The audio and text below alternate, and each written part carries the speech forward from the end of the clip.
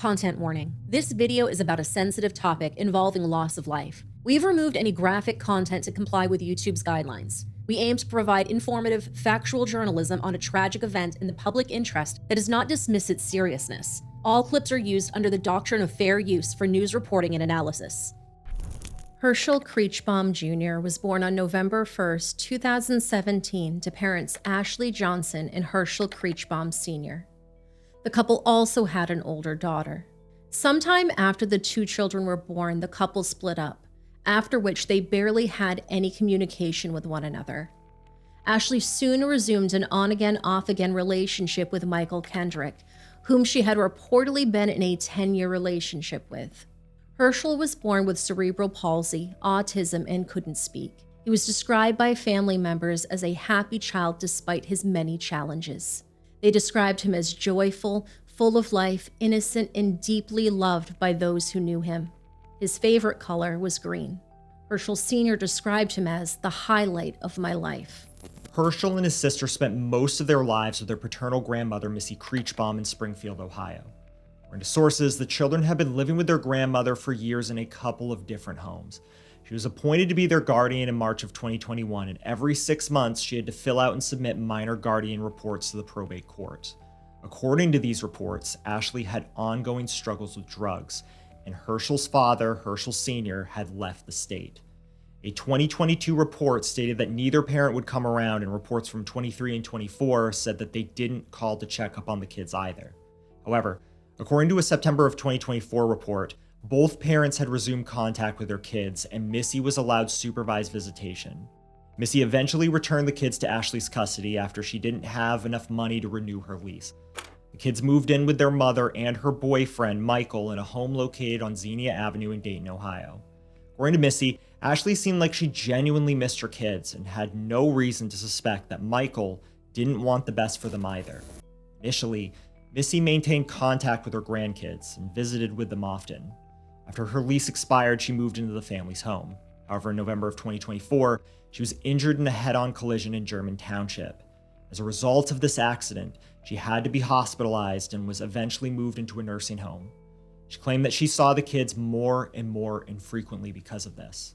Missy had to use a mobility scooter to get around. She claimed that there were times when she asked Ashley if she could move back into the home, but both her and Michael refused. After leaving the nursing home, Missy moved back to Springfield to be with friends before ultimately settling in Columbus. She claimed that she had planned on being near her grandchildren, but that it was proving difficult with her own health issues and Ashley's refusal to let her move back in. In May of 2025, the Clark County Probate Court relinquished guardianship of Hershall and his sister from their grandmother and back to Ashley because Missy did not file the required minor guardian reports. Missy claimed that she never received the required paperwork, and the records indicated that the probate court notices were mailed to a Springfield residence that she listed as her address in September of 2024. While Missy was unhappy with the new arrangement, she trusted Ashley enough to believe that she had changed as a person and was ready to take care of her kids, especially Hershall, who had special needs. What she didn't know at the time, however, was that Michael had a few run-ins with the law and had a lengthy criminal record. Most of Michael's troubles stemmed from his alcoholism. For example, in February of 2022, a female motorist flagged down Dayton police officers. She identified herself as Michael's sister. The woman, whose name has been redacted from court documents, claimed that Michael was a passenger in the vehicle alongside her, Ashley, and Ashley's daughter. She told officers that her brother was heavily intoxicated and started verbally attacking the passengers. The woman also claimed that Michael had started acting violently on their way back to the couple's home. She stated that the verbal altercation had turned physical, with Michael throwing a couple of punches. Official documents didn't indicate whom he hit, but Michael's sister claimed that at least one of them was struck in the face. Allegedly, she told Michael that she would flag down the police car they saw in the distance and that her brother threatened to kill her if she did so. Officers managed to subdue Michael and arrested him on charges of family violence. However, the Montgomery County Prosecutor's Office didn't proceed with charging Michael when his sister failed to appear in court. Documentation from the 2022 case, however, indicated that this was not the first time Michael had been in trouble for acting violently. There were, in fact, several cases, most of them committed while Michael was under the influence of alcohol. In 2009, a then 23-year-old Michael was charged with arson and assault against his mother, Jewel Kendrick, as well as another unknown victim. Court records indicate that he was placed on up to 5 years of probation, ordered to pay restitution, and was ordered not to come within 1,000 feet of his mother and the other victim. He was only allowed to have contact with his mother and his daughter on Christmas Day. In 2013, Michael was accused of attacking an 8-year-old girl in Dayton, reportedly while intoxicated. Police said he was allegedly throwing glass bottles around and making threats while carrying a knife. In 2016, Michael attacked his mother once again. He was convicted of a misdemeanor charge of family violence. He was sentenced to 6 months in jail for the attack and was ordered to not have any contact with his mother after his release. Sadly, his mother eventually passed away in 2022. Shortly after the final case involving his mother, Michael was again arrested on charges of felony theft. He was sentenced to 5 years on probation, but was ultimately sentenced to serving out a 10-month prison term for violating the conditions of his probation. He failed to comply with multiple conditions, including a requirement that he abstain from alcohol and drugs. In 2018, Michael was convicted of a misdemeanor charge of unauthorized use of a motor vehicle. He spent 5 days in jail for the crime. In 2020, he was sentenced to 5 years on probation for felony charges of burglary and having weapons under disability. I was unfamiliar with this term, weapons under disability, and looked further into it. Under Ohio Section 2923.13, the term having weapons while under disability, which will have the law on screen for you, seems to appear to function the same way that possessing a firearm as a felon tends to function in other states. We will also have the link to this section down below in the source information. That same year, Michael was charged with a misdemeanor count of aggravated trespassing related to an incident that occurred at the homeless shelter for women and children in Dayton.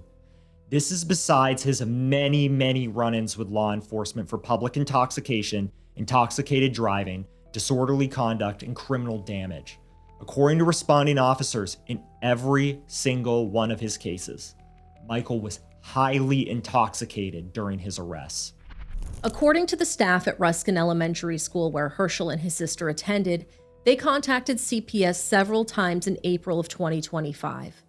The staff claimed that they believed the children weren't being adequately taken care of.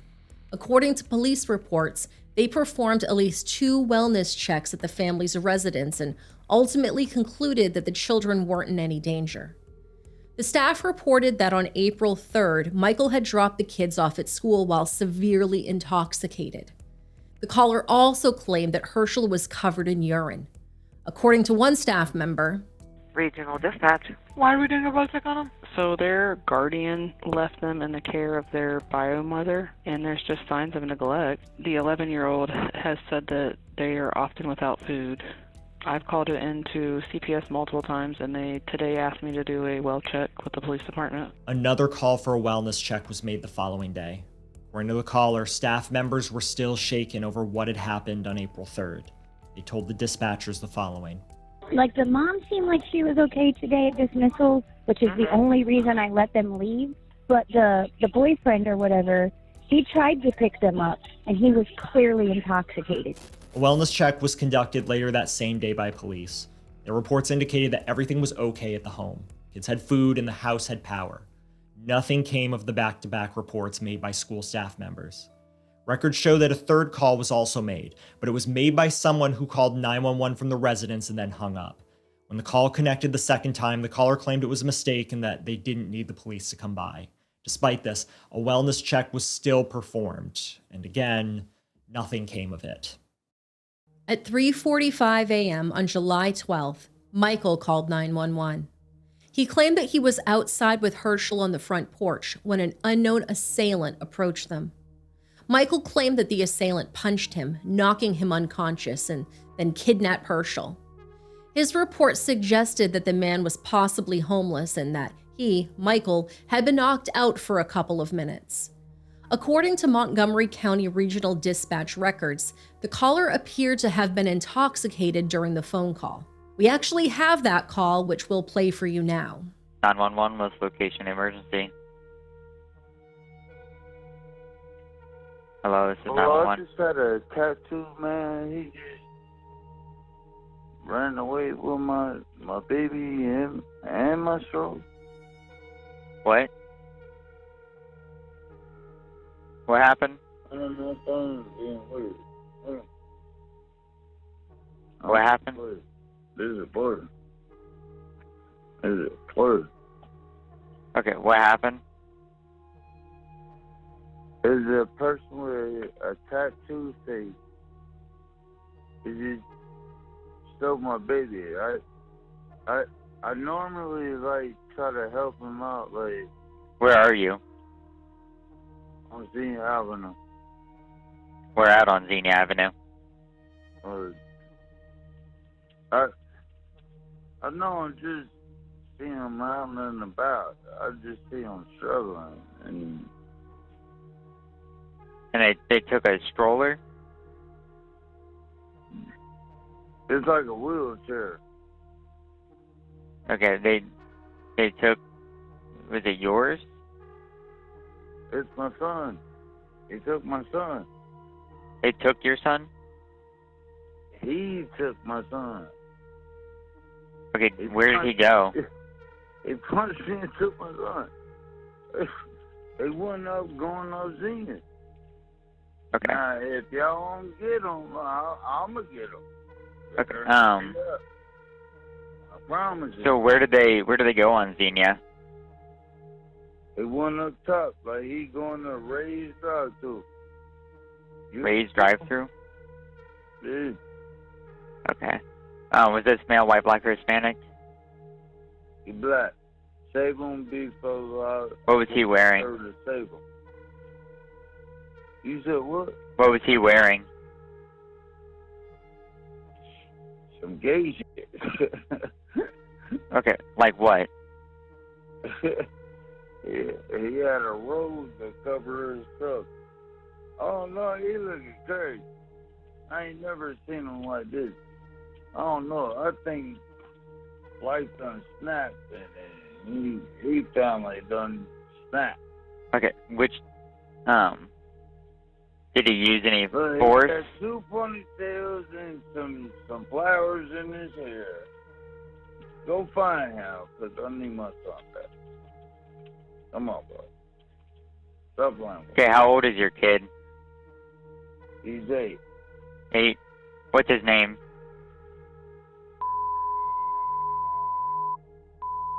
Alright, yeah. I'm about to look at his birth certificate. I don't know how to spell that. I never Okay. had nobody. How long ago did this happen? It just happened. Okay. Which way did you say he was going? Oh, he's going towards raised drive-through. So I don't know where he's going to be. Was he on foot or was he in a vehicle? No, he on foot. He already... Nah, you got to understand, like, this is somebody that I've been helping all my life. Okay, what was your son wearing? He's wearing some sweatpants and a beater. Okay. Cause you gotta cover up his legs, because his legs, when it's with heat, it messed up his legs. Cause I ain't got no regular son. This my stepson per se, but his legs will mess up like with heat, and to make him look like he my color. I'm light skinned, but it make him hot. So I put. Okay, what's your first name? Okay. Alright, I got officers en route to you. Are you... Yeah, I'm here. Okay. What are you wearing so it'll be easier to find you? I stand outside if I need. Okay, yeah, stand outside, but what are you wearing? I said, oh my goodness. That's why I said, Senior Avenue. I told you that. Yeah, I said, what are you wearing? Like, what clothing are you wearing? What was I wearing? Yes, what are you wearing so officers can find you easier? I'm comfortable. I'm just wearing some shorts. What color shorts? Black. Okay, are you wearing a shirt? Oh. Okay. Why are you trying to identify me like I'm the motherfucker? Because we need to come talk to you. That's why I hate call the cops. You talk to her. I'm getting that. Look, you're trying to identify the person that's doing something wrong. I'm not doing nothing wrong. Not this time. Okay, well, we need to talk to you because it's your son. Find them before I find them. Okay, we have an officer on scene. So shut up. So do your job. Do what the I'm calling you for. Okay, I'm going to go ahead and I'm disconnect. calling you. Michael claimed that Hershall had been taken from their front porch. However, responding officers reported that there was no indication that the boy had been taken. By 8 a.m. that same morning, the Dayton Police Department updated its social media to alert the public of Hershall's disappearance. Ashley and Michael were taken for an initial interview, and that's where everything started to unfold. Ashley first claimed that she had seen Hershall a day before, but then quickly changed her story. She told investigators that sometime in late May she had been hospitalized. While in the hospital, she received a phone call from Michael. Ashley claimed that Michael told her that Hershall was dead. She believed that Hershall was playing with his sister at the time and that he passed away, in her words, from natural causes. Michael's story was much different than hers. He admitted that he had been drinking that day and that he struck Hershall twice while he was having an argument with someone over the phone. Michael claimed that he shoved the 7-year-old and that Hershall reportedly bounced off the floor. Still, he claimed that while Hershall might have been injured as a result, he was still alive until the following day.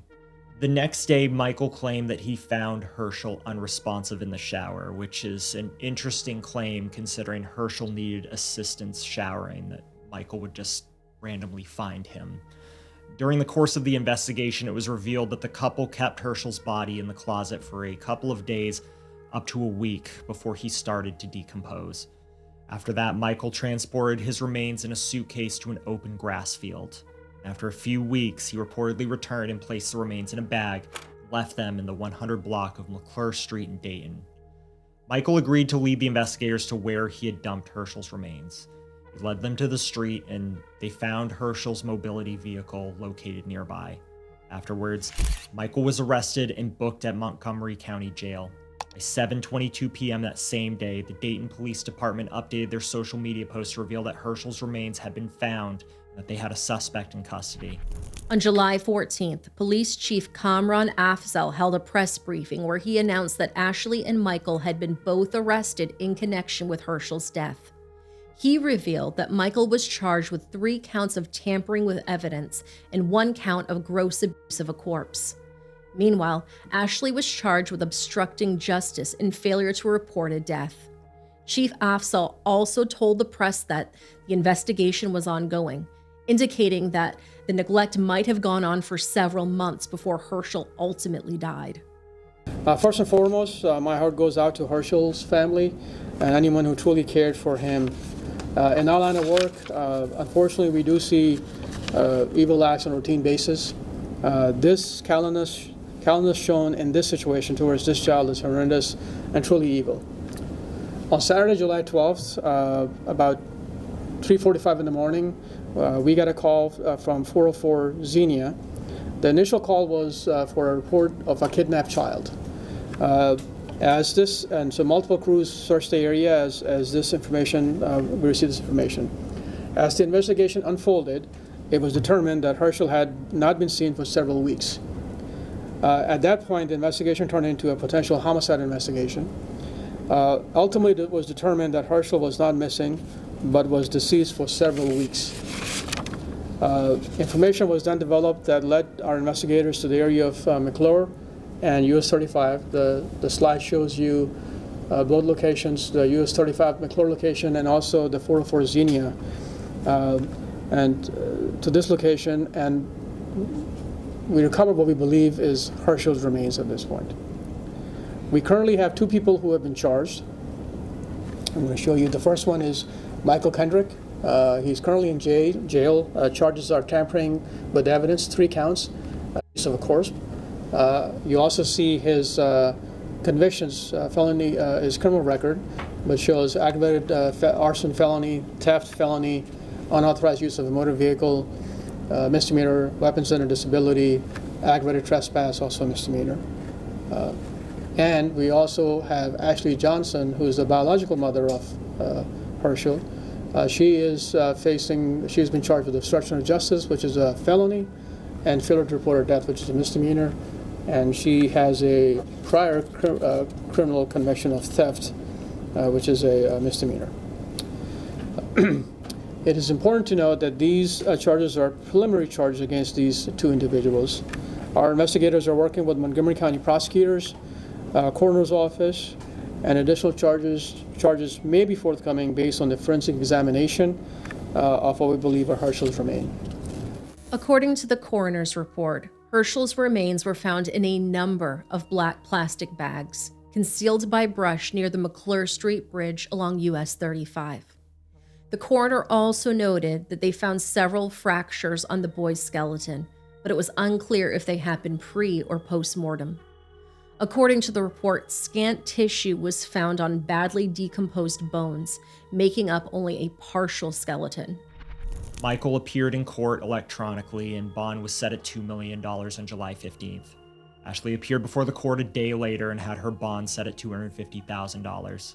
July 21st, the Montgomery County grand jury indicted Ashley and Michael on their charges. The couple was arraigned on July 24th, and their original bonds were upheld. Grandmother Missy expressed her regret at leaving the children in the care of their mother after Hershall's death made the news. She also stated that despite her health challenges, she was going to try to regain custody of Hershall's 11-year-old sister, who is currently in the care of Child Protective Services. On July 19th, a memorial service was held for Hershall. The memorial service started at the Ruskin Elementary School and continued to McClure Street Bridge. People from all over Dayton came over the course of the following week to remember Hershall. You can just walk in and he makes somebody so happy. Like, you can feel so sad and he will put a beautiful smile on your face. He was growing and learning every day, and he was never sad. You never heard him cry, ever. He always was smiling, and he loved light-up toys and was always just happy. So it's very sad this happened to him. It's very sad what happened. You just can't understand how something like this would happen, you know, and it hits in your community, so it hits you in a whole different way. The community turned the McClure Street Bridge into a memorial. They left stuffed animals, balloons, flowers, and handwritten messages in Hershall's memory. One note from his cousin read, "I miss you, Hershey. You didn't deserve that." Area bikers came together for a ride honoring the 7-year-old boy. United Rehabilitation Services, a Dayton area nonprofit that serves those with disabilities and special needs, said in a Facebook post that Hershall should have been safe. His death is heartbreaking and a painful reminder that children with disabilities are among the most vulnerable in our communities. His life mattered, and we must all do better.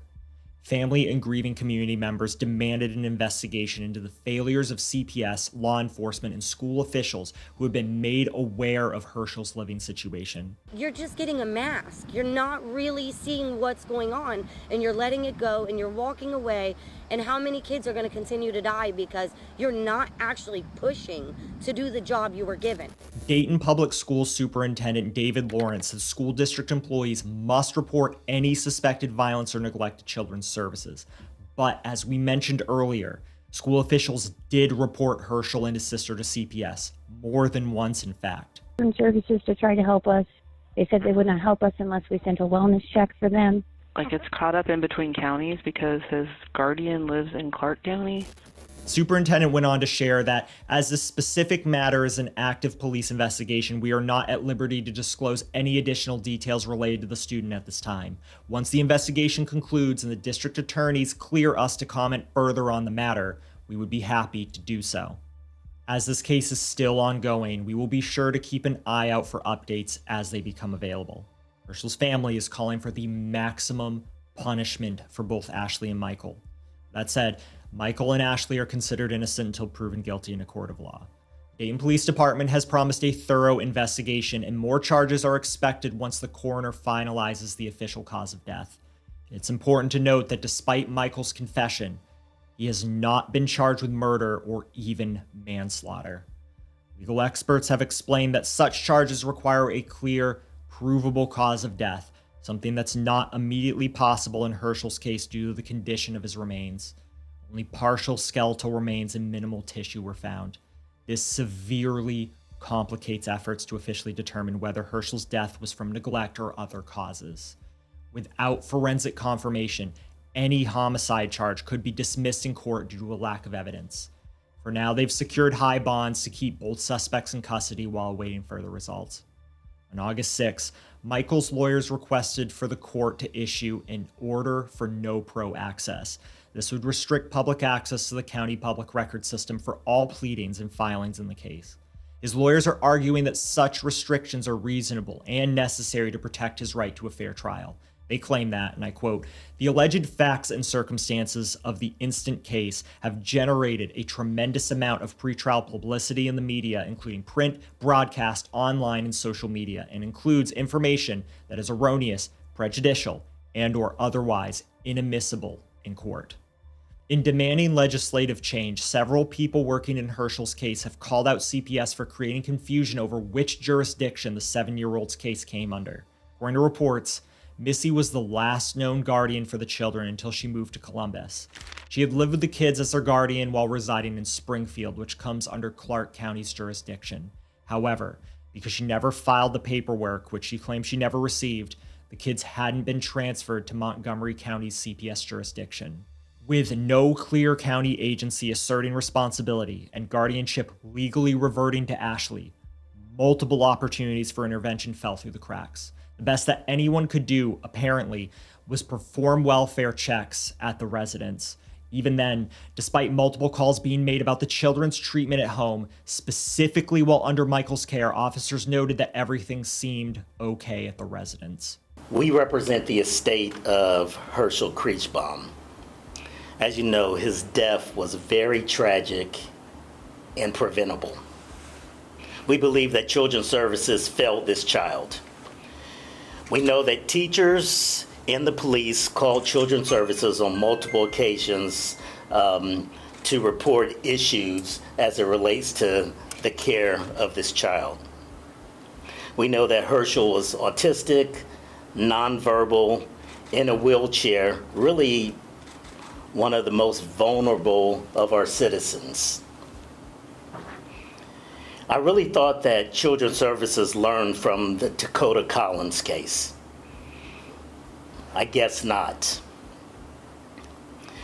What we're going to do is we're going to honor Hershall's memory by holding Children's Services accountable for failing this child. This should not have happened. Again, this is a failure on Children's Services. The agencies that are supposed to protect these children aren't doing what they're supposed to do. We had legislation passed that was supposed to help fill in the gaps that would prevent this from happening, and evidently it didn't fill the gaps. Or those that, but we know that those that are supposed to protect this child, those that are supposed to keep this child out of harm's way, didn't do their job. And as a result, he's dead. We think this child went through hell. He was abused, he was neglected, he was just, probably some of the horrific things that you can imagine this child went through. And because he was autistic and because he was a special needs child, I think that more care and more attention should have been given to him, and it just didn't happen. The lawyers in the video we just played for you mentioned the Dakota Collins case, which was by far one of the worst cases that we've ever discussed on this show. We will be sure to post a link in the pinned comment for you to check out if you're unfamiliar with Dakota's story. As of the date of this recording in August of 2025, Hershall still doesn't have a final resting place. The Facebook group run by Hershall's loved ones is currently raising money for the little boy's burial, which is taking place at Rose Hill Burial Park. It's unclear exactly where funding stands as of today, so if you're looking to contribute, the best place to check would probably be with Hershall's loved ones that are running that Facebook group. There's also been a lot of confusion online as to who is handling funeral arrangements due to conflicting posts made by Hershall Sr. In a post made on July 23rd, Hershall's father instructed anyone looking to make donations to reach out directly to the Jones Kenny Zeckman Funeral Home in Springfield. However, a recent post in the group claims that the funeral home is not in a position to take donations as the arrangements haven't been finalized with the family. Another point of contention is what is going on with Hershall's headstone. In a post made on July 29th, Hershall Sr. claims that his son's headstone was going to cost $7,755 total and $770 to start work. However, this conflicts with a post made on July 13th to another Facebook group that appears to no longer exist. In the post, Eternity Stoneworks offers to provide a stone free of charge. The company made a post to their own Facebook page on July 23rd confirming this. Ruskin Elementary is also preparing to honor Hershall's memory with a permanent on-campus memorial. According to parent volunteer Bridget Lowe, the school will install a memorial rock embedded in concrete on the school grounds. Bridget described the effort as a deeply personal initiative, saying, "This year, school won't be the same without Hershall. We will have a memorial at Ruskin Elementary, permanently there for Hershall forever." In addition to the memorial rock, a custom memorial bench is being planned thanks to local fundraising efforts. One Dayton-based business, Sweet Retreat, donated $1,200 to support the creation of the bench, which will be placed near the school entrance or along a walking path that students take each morning. According to Bridget, many students will pass by the memorial daily, quiet but powerful reminder of a classmate they lost far too soon.